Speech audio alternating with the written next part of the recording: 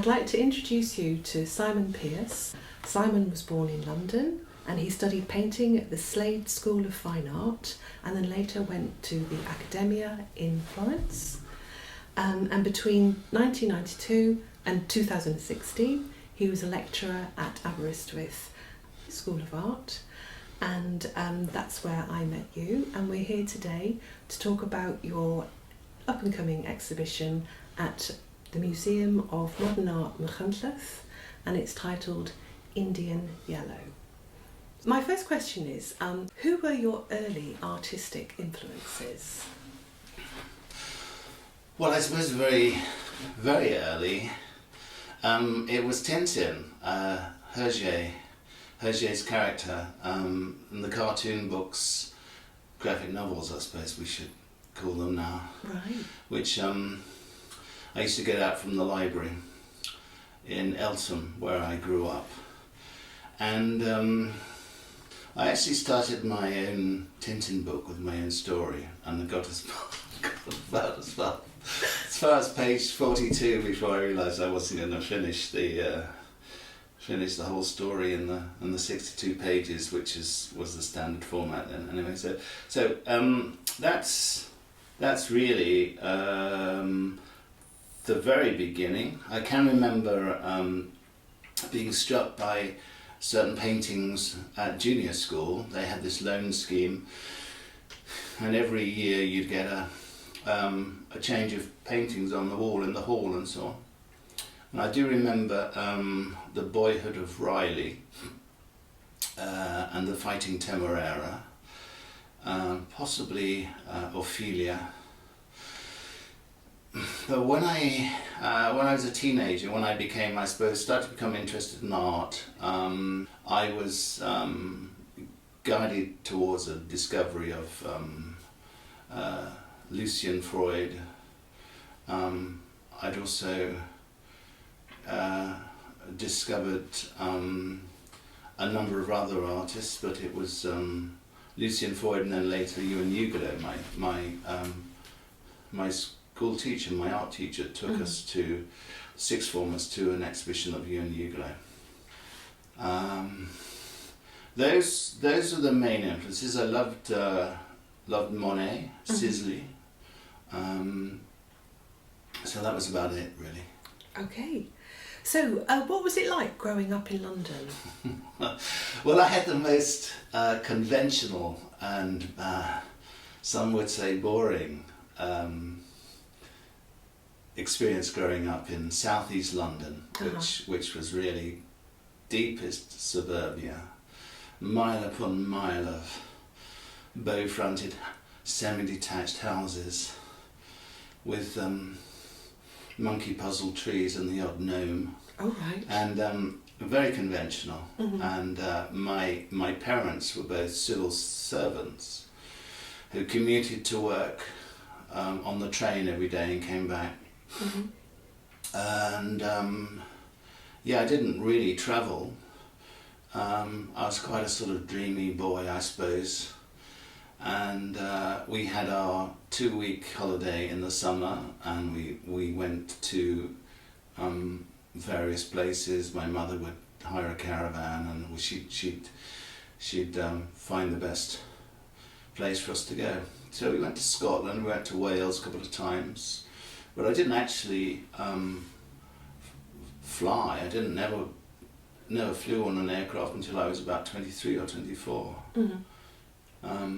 So that was it, really. Yeah. Okay. You've already mentioned one of your teachers who took you to see an exhibition. Yeah, that's Julian Minton, who's still a great friend. He was a great mentor. I think you usually find when you talk about school days, you usually find a teacher who was inspirational. Yeah. And in a way, they have a tremendous influence actually in guiding you towards various things. I was good at English too, and there was always a possibility that I might study English. And my parents both thought it was much safer for me to go to university and study English or a joint degree in art and English.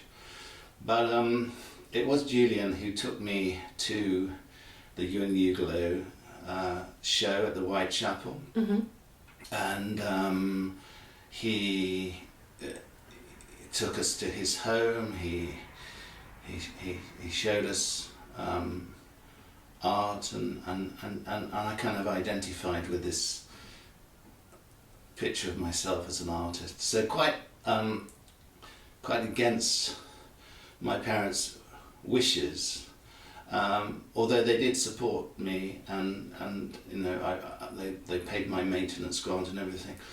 I went to the Slade, and Julian was really responsible for that. So what was it like when studying at the Slade? Oh, it was like coming home. Oh, was it really? That's big. Yes, oh, it wow. was. It was. I still have a memory of sort of tripping down the stone stairs in the Slade, which is part of University College. It's an old building, and you know, in tennis shoes, and feeling as sort of light as emotionally and in the right place. I never fitted in at school really at all. Although I was, in a way, I had some sort of redeeming features in that I could play rugby. What position did you play? Well, I played lock, and until I realised that it was far safer to play number 8 because you could pull your head out of a collapsing scrum. Yeah. But I gave that all up when I decided that I was going to be in aesthete, and I really got I really did feel that was right for me. And as you say, when I what was the Slade like? Well, I thought, this is wonderful. The Ewan Ugolo, who I'd been introduced to through the exhibition at the Whitechapel, was actually teaching there. So, and Lucian Freud used to come. You know, it was quite incredible. Yeah. You would actually meet these people. In the case of Lucian Freud, he didn't really teach very much. You had to sort of pull him over and ask his advice on your painting. He just preferred to stand by the door looking at the model. But it was incredible. Yeah, a friend who I made in that first term, we took him for a cup of tea in the student union.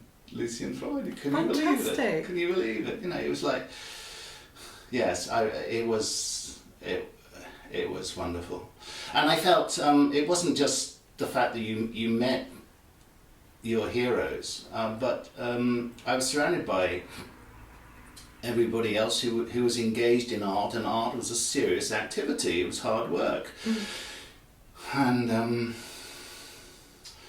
there was that too. And I thought, you know, I can remember thinking, God, you know, I'd get a grant just to paint all day. Yeah. So yes, it was wonderful, but it was became tricky in the end, the Slade, yeah. Because, you know, anyone wanting to become an artist is going to be challenged, aren't they, in terms of keeping body and soul together, unless you have a patron. You know? Did I ever have a patron? No, you didn't. No, and this is something I've thought about since those art school days. It's what you do after art school that matters, and that comes down to, obviously, talent is a thing. Determination, character is more important, I think, than talent. But also those relationships that you developed in the Slade, did they lead to developing a network of? No, they didn't. They didn't, sadly. No, not in my case. I think it was. I had, you know, I wasn't very easy to get on with, probably. I didn't know how to network. Quite a significant number of my students, fellow students. There was only 24 of us in the Slade in the cohort in the undergraduate department. Yeah. It was primarily a postgraduate school, so there was a small cohort, but a significant number of them actually were the sons and daughters of artists. So they already had grown up in this environment of art and connections. Yeah, gallery owners. And I think it's really down to my inability, more than anything else, to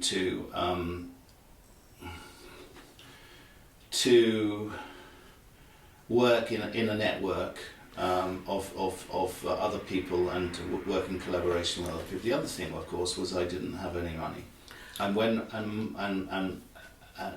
oftentimes students who were at the Slade and other colleges, if they had parents who would support them, they'd say, "Well, come and live at home."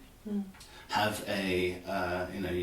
we'll build you a studio in the garden or use the garage or something. It's the first 5 years after art school that really make all the difference. And I didn't have that. My mum and dad quite rightly didn't want me living at home after I left the Slade. They said, go out and get a job.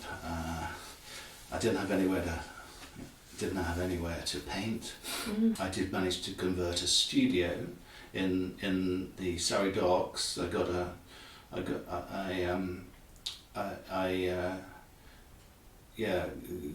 heard about this this charity that would develop temporary spaces for artists. So I did that. Just so I've got an idea then of where what the environment was like when you graduated. What year did you finish at art school? I finished in 1979. I went to school. I went to the Slade in 1975, straight from school. So I was 18 or 19. Because London at that time, was very different, wasn't it? Oh yes, tremendously. I mean, there'd been all kinds of strikes. There had been. Yes. So, and I remember, punk was around in '76. There were lots of squats, and property wasn't as overpriced. No, a lot of my, well, not a lot, but there was a group of friends I did keep in touch with, and they had taken up a squat in Highbury Fields, and they were living there. They had no electricity, I think. I don't know whether they had running water, but anyway, they lived there with mattresses on the ground and stuff, and candles. You could live very cheaply. You could sign on as well, couldn't you? Yeah, I did sign on. Yes, I did sign on. But I don't know, again, I don't know whether it was, whether it just, I didn't like the idea of living in a squat in close proximity to other people, sort of communal activity. But that's not something that's available for young people today, is it? It's not. Because they face although such I believe they are. The circumstances. squats are coming back because of the impossibility of finding places to affordable places to stay in London. So yeah, it was enabling. It was enabling if you were in a crowd, and as I said, that I used to go to the squat in Highbury Fields, and some of those students went on eventually bought flats in Islington, so I missed a trick there. Yeah, and there were other squats there was one very central place. Yeah. Well, even John Lydon took advantage of and acted sort of conservatively with his money and invested in property in the 70s. So, it was a good time to buy. Yes, or to squat. Yes, and I missed out on that. Not through not having the opportunity, but I didn't. For various personal reasons, I didn't go down that path. Yeah. So, an artist has to keep body and soul together. Yes. You did manage to find employment, and you also combined teaching with doing tours, didn't you? I got a scholarship, and then I got also got a bursary which took me to Italy, and I didn't get back until 81, and then I got a job in an Italian travel agency, which I saw, in the paper. And how was your Italian? My Italian was pretty damn good, actually, because I spent about 6 months travelling. A lot of it, certainly the last 2 months, I was in travelling around Italy in the south, and you really did have to know Italian then to get by. So I was pretty good, and I learnt a lot more in the travel agency because they were all Italians, and we were ticketing. We were doing rail travel for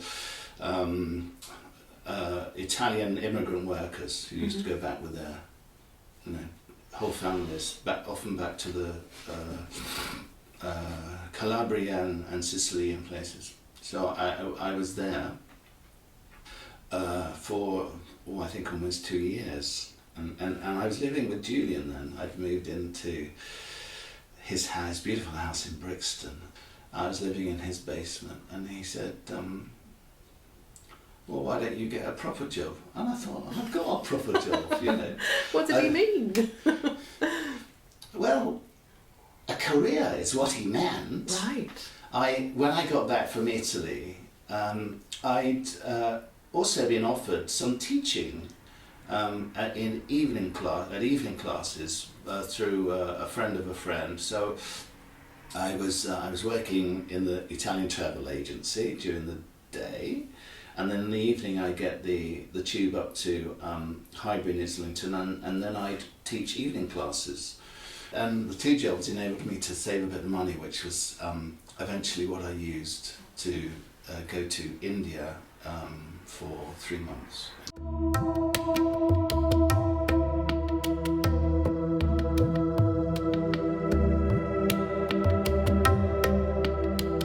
There's a word, darshan. Darshan, yes. Can you tell me what this word means? Well, I can. Darshan, I didn't know anything about darshan in 1983 until sort of relatively recently. Darshan is a Sanskrit word, and it means viewing or taking a look at, and it can be applied to various contexts. If you go, and as we did, as I did with Sally when we were in Tamil Nadu last year, we joined this queue to go into the inner sanctum and view a deity. Right. And that is like darshan. That's darshan. And so the idea of it is that you look at the deity, you visit the deity, and you get some blessing or some you gain merit by doing so. Right. So it's a significant viewing. Mm-hmm. But it can also be applied to landscape as well, particularly in the Himalaya, where there are a number of sacred mountains. If you go to Mount Kailash, mm-hmm. and you view the mountain, that is another kind of darshan. Mm-hmm. And of course, people also circumambulate the mountain, which is another, which is not darshan. That's something else, something more like a puja. But so that darshan, I think, can be taken to mean a contemplative look at landscape, particularly mountains, or something that takes you to a slightly different place.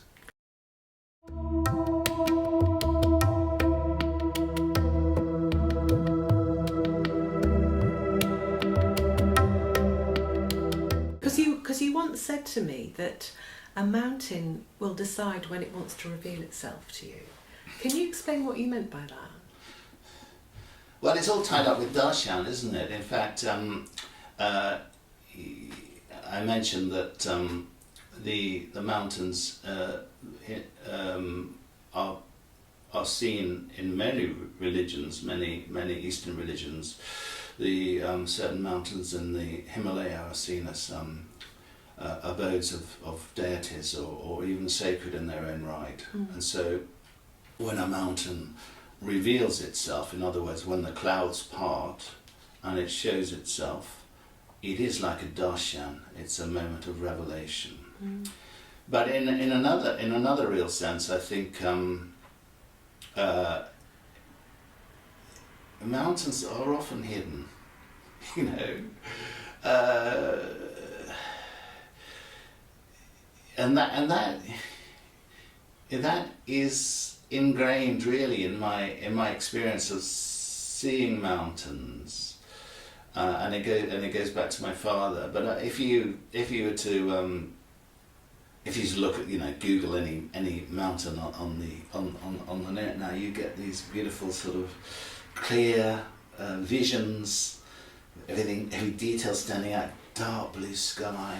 I think, oh, that's what it looks like, but it actually doesn't look like that most of the time. Most of the times mountains, particularly the very How mountains, are hidden. And if you get a look at them, you should feel privileged. And it's almost as if the mountain is offering itself up temporarily to people who have the patience. Botticelli's Venus. I suppose so. That moment of reveal. Yeah, the reveal. Yeah. Which makes them all the more alluring to me, and I think, that's part of the mystique of mountains. One of the reasons I went to India was to, not the major reason actually, but one of the reasons I made the detour to go up to Darjeeling was because of my dad. So just moving on to your artistic practice. Yes. I was wondering, when you paint, what's it like? What sort of state of mind do you go into? It tells what type of painting it is.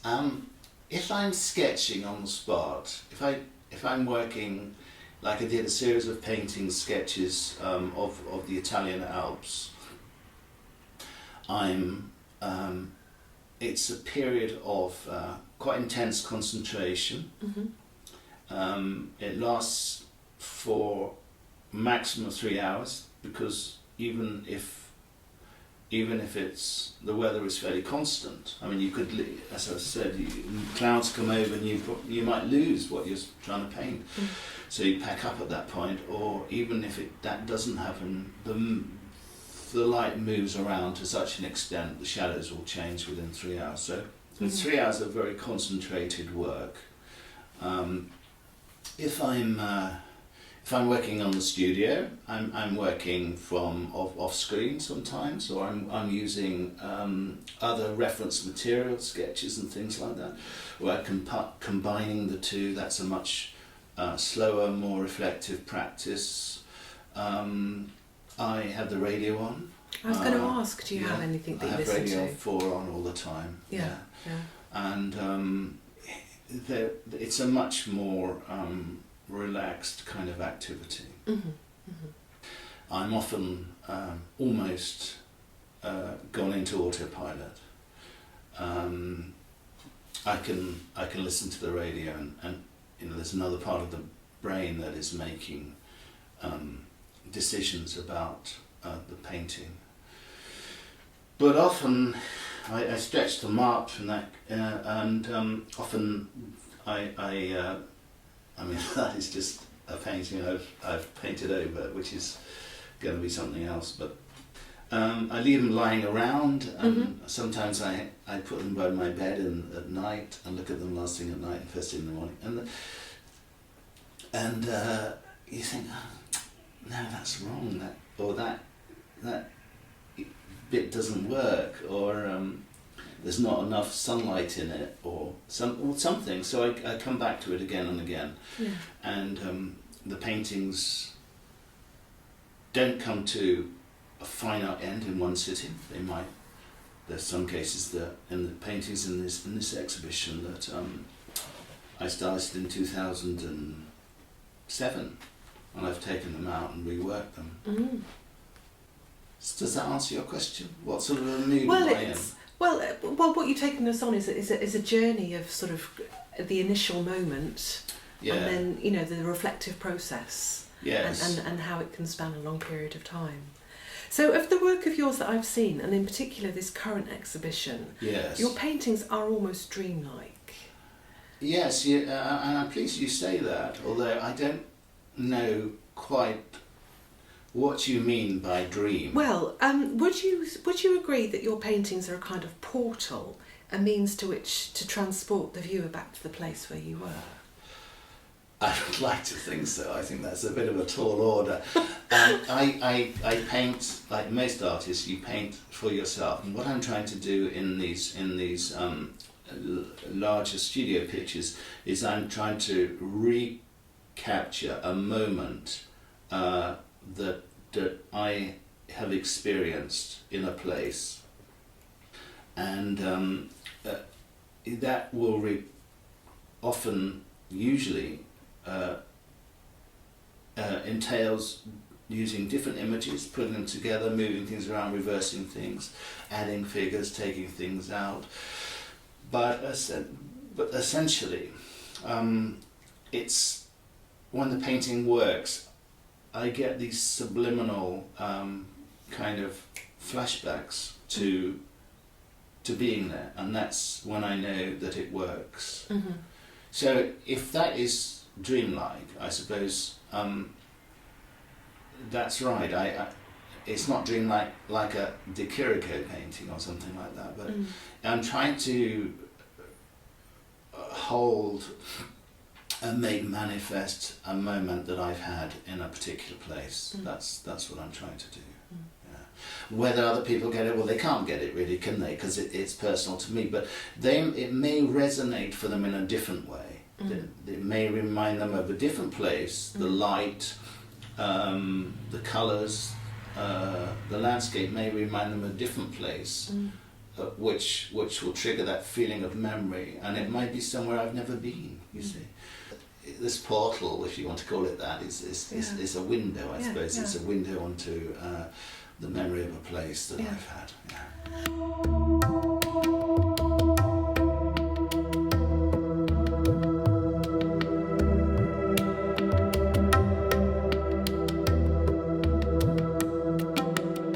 I was wondering, would you tell me a little bit about the technique that you use when painting? Yes, I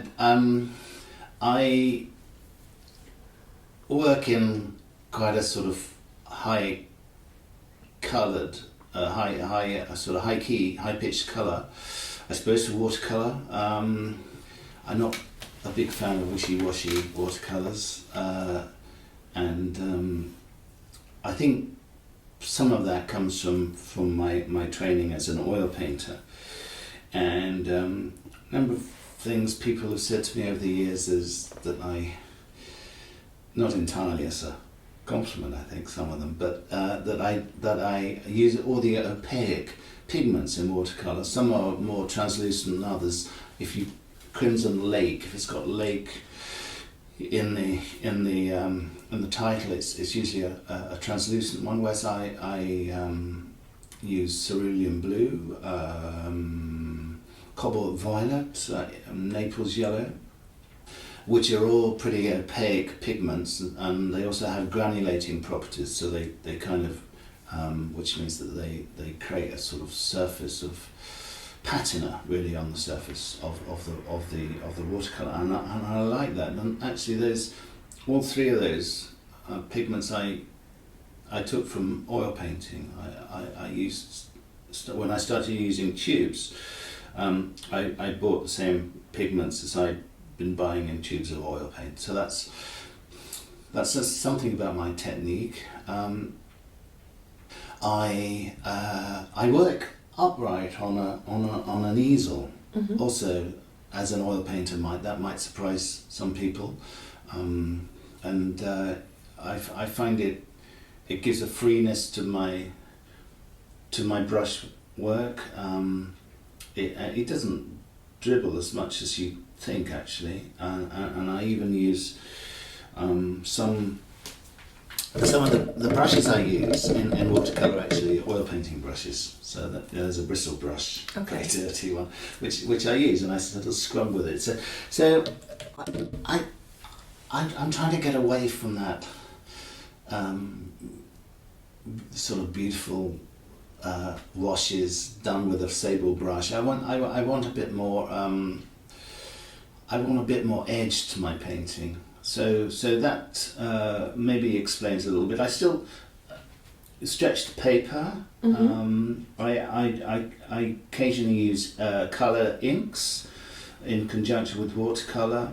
Occasionally I use a bit of Chinese white or white gouache for highlights and so on. And people have also said I work on quite a big scale for watercolour. I usually work on a full sheet of watercolour paper. Watercolours on the whole tend to be small things. So all those things are characterise my working method. Because what strikes me about the pictures you've got here is that the colour is very, very vibrant. Yeah, that's an interesting painting. That one, that's quite a recent one. It's still on the board. I haven't quite decided whether it's finished or not. But that is done very carefully by this method, classical method of watercolour, which is eliminating the white in a series of washes of colour, so that the things that remain white are the blank paper. That's the classical method of watercolour. Some artists use stopping out fluid, which is a bit like Copydex glue, and that can enable you to keep an area white, and then you can take it off with a rubber afterwards. But I don't use that. Occasionally, when I'm using highlights for some things like maybe the sparkle of light on water, or in the case of this painting, it's spotlights. It's spotlights of floodlights on architecture. So those are the only bits that are done in. There's four bits that are done in touches of gouache, which I put on with my finger. Okay, so dubbed it on. But everything else is just done by building up layers. And the reason that it's very bright is that I've tried very hard to keep the colour as pure as possible, and I've used quite a bit of Indian yellow in that one, and on the case of the red fig in the foreground, I've also used ink, red ink, which is put over the watercolour, which is as bright possibly as I can get it. But I really am turned up, the volume of colour, if you can call it that. Yeah, the brightness. I turned it up to the max. Up to 11. Well, yes, because actually this what I remember of that experience of being on the beach just as the sun was going down, the colours were actually much stronger than that. Really? Yeah. Wow. Much stronger. Gosh, very. That is as much. That is, It's got to be seen to be believed, then, hasn't it? Colour is a wonderful thing. Yeah. It is very vibrant, and if I'm using, I've got my own set of scales in watercolour. I can only go to a maximum amount of brightness and a maximum saturation of colour. And I try and do that. And the reason that the painting is still stretched on the board is that I may have to knock back some of those bits. Little areas of the painting that I'm not sure about yet. Yeah. So I know, as an artist, you are very well travelled. You've been to across Europe. You've been to Australia, India, and Greenland as well. Is that right? Greenland? Yes. Yeah. And out of all the places that you visited, Which country would you say you resonated the most with? Well, that's a difficult one. I presume you mean we're talking about painting. So which resonates most to me as a painter? Yeah. Yeah. Where did you feel most at home? As home, but that's not the same as resonating, is it? Okay, so where did you feel most comfortable?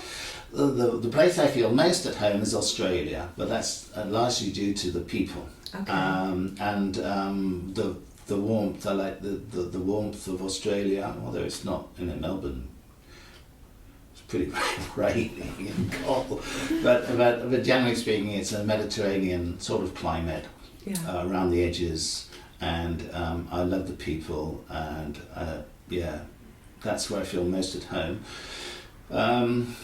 The richest environment for me as a painter has got to be India, various parts of India, but as a country, as a subcontinent, the south of India. I also am drawn to Ladakh, which is in the extreme north. And so India as a painter offers me most, I think. People say about India, which they say, oh, it's such a colourful country, isn't it? But the colourful elements in my paintings and that you find in India are to do with human presence. Actually, if you take the colourful saris and the great the fluorescent piles of coloured powder and so on, and everything else that is part of Indian culture and life, the actual landscape of much of India isn't that colourful. It's dry. It's sort of yellowy buff colour, ochres, earth colours, red, rusty reds. So it's the human presence, I suppose, that is coming back into my paintings. Okay. Most of them have got figures in now. If you look back, my early paintings of India, they only hardly had a figure in, or maybe just one figure to give a sense of scale. So India, yes, is as many artists before me have found, has wonderful possibilities for a painter. Just coming to the end now of the interview, is there anybody that you would like to credit? Well, in terms of sort of sharing a path, I think Anthony Eiton, who is, he's 100 now, isn't he? He's a very old man, but still painting, and his paintings of India, which I first saw in the mid-80s, were an inspiration to me, and they helped me sort out a way of working in response to what I'd seen when I'd visited a few years earlier. So he's certainly a big influence on me. I also very much admire the work of some of the watercolourists of the past. Albert Goodwin has particularly helped me in this exhibition. Edward Lear, an artist called Alfred Williams. And I was very heartened to see a short video by Chris LeBrun, who was actually at the Slade. He was postgraduate when I was there. Right. But he has spoken about watercolour in a way that I found inspirational.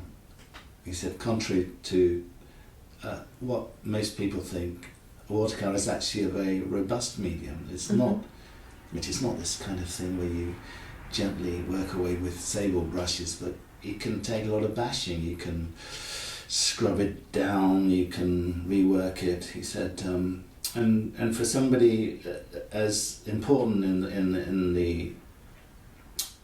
in the world of art as Chris LeBrun, with everything that he has achieved, for him to be turning to watercolour at various points in his art practice, I think that's also inspirational. Lovely. So my final question. Yeah. If you could import one element from India, what would that be? Well, it would be the smells, really. But we did import. I was with Sally with Sally in Kerala, and we brought back a whole kilo of these really fresh, top grade cardamoms, green cardamoms, which she uses for her masala chai business. And every time I open that plastic bag and smell them, I'm taken back there. They say that the sense of smell is the sense that is closest linked to memory. So I think it would be probably that bag of cardamoms. Lovely. Well, can I say thank you very much for your time? It's a pleasure talking to you, yeah. And I wish you the best with your exhibition. And I look forward to finding out more about your work. Thank you. Thanks, Kathy.